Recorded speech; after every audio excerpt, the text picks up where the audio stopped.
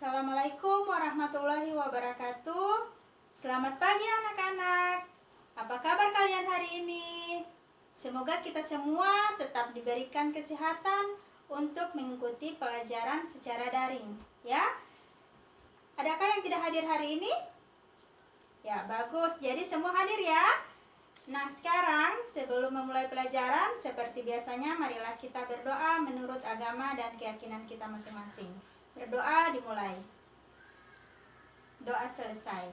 Sebelum kita masuk pada materi kita hari ini, sebaiknya kita ingat-ingat dulu ya materi kita sebelumnya. Ada yang masih ingat? Ya, bagus ya. Jadi materi kita pada sebelumnya tentang pekerjaan di lingkungan sekitar, ya. Nah, pada hari ini kita masih pada tema yang sama, yaitu berbagai pekerjaan, subtema 3, pekerjaan orang tuaku, dan pembelajaran 1. Nah, sebelum kita masuk pada materi kita pada hari ini, sebaiknya anak-anak harus mengetahui dulu, kalian harus mengetahui dulu tujuan pembelajaran kita, ya.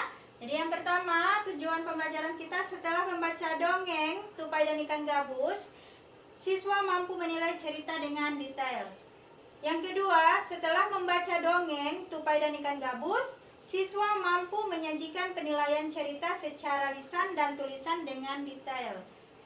Yang ketiga, setelah membaca teks tentang pengrajin kayu, siswa mampu menelaah jenis pekerjaan terkait sosial budaya di wilayahnya dengan rinci. Yang keempat, setelah berdiskusi, siswa mampu mengomunikasikan jenis pekerjaan terkait sosial budaya di wilayahnya secara perinci. Yang kelima, setelah mengamati gambar pada PowerPoint, siswa mampu menginformasikan dampak pemanfaatan sumber daya alam yang tidak terkontrol dalam kehidupan sehari-hari dengan tepat.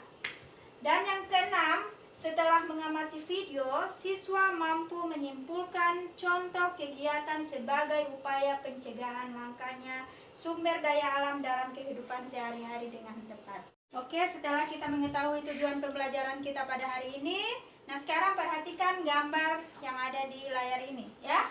Ini adalah gambar buku dongeng, ya. Apakah anak-anak pernah membaca buku dongeng di rumah atau dibacakan oleh orang tua kalian? Ya, pasti pernah ya.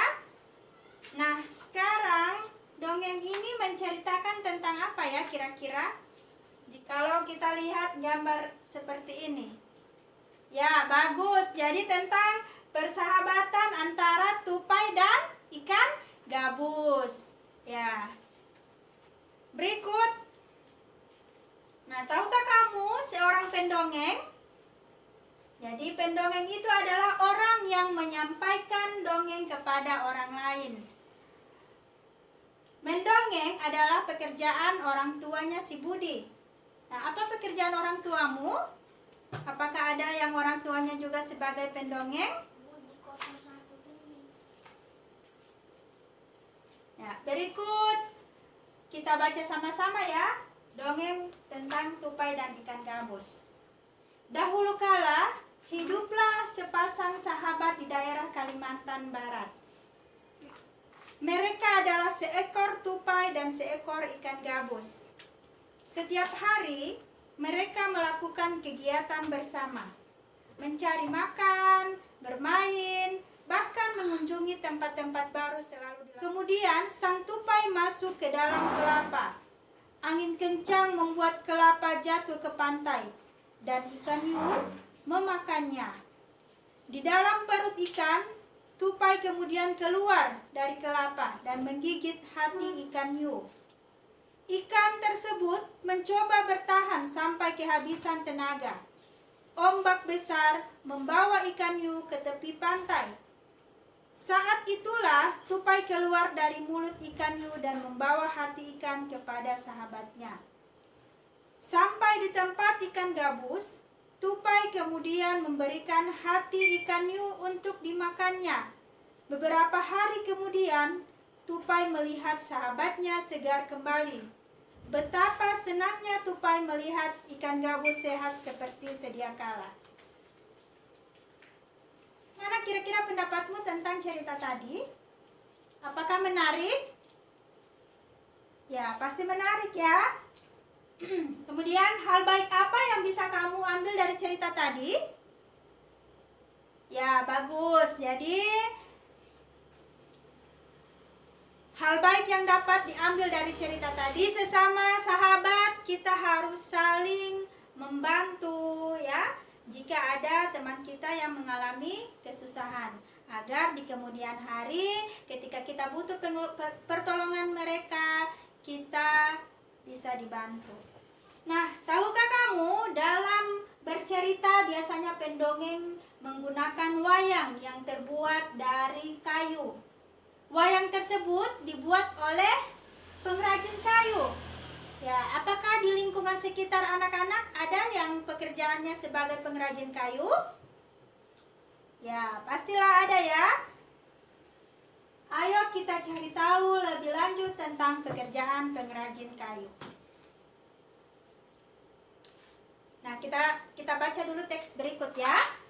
Pekerjaan Ayah Beni adalah pengrajin kayu. Ayah Beni membuat meja dan kursi. Untuk Ayah Beni menghasilkan kursi, awalnya Ayah Beni membeli kayu, memotongnya, membentuk menjadi kursi, menghaluskan lalu mengecatnya. Waktu yang dihabiskan untuk membuat kursi kurang lebih 1 minggu. Ayah Beni menjual meja dan kursi buatannya ke toko mebel. Di toko mebel itulah orang-orang bisa membeli meja dan kursi buatan Ayah Beni. Nah, dari bacaan tadi, produk apakah yang dihasilkan oleh Ayah Beni? Ya, benar sekali ya. Jadi produk yang dihasilkan oleh Ayah Beni adalah kursi ya. Menurutmu, pekerjaan Ayah Beni menghasilkan barang atau jasa? Ya, benar. Jadi menghasilkan barang. Sumber daya alam yang digunakan oleh Ayah Beni tadi adalah kayu, ya. Dari manakah kayu itu berasal? Ya, bagus. Dari hutan, ya. Nah, apakah kayu tersebut dapat diperbarui? Ya, benar, ya. Jadi kayu dapat diperbaharui, ya. Caranya bagaimana memperbaharui kayu? Ya, betul sekali. Jadi dengan cara reboisasi atau penanaman kembali. Nah, sekarang perhatikan proses pengolahan kayu menjadi meja dan kursi. Ya. Ada yang bisa menjelaskan sebelum Ibu jelaskan ini? Bagus, ya. Jadi sekarang perhatikan, pohon diambil di hutan, ya.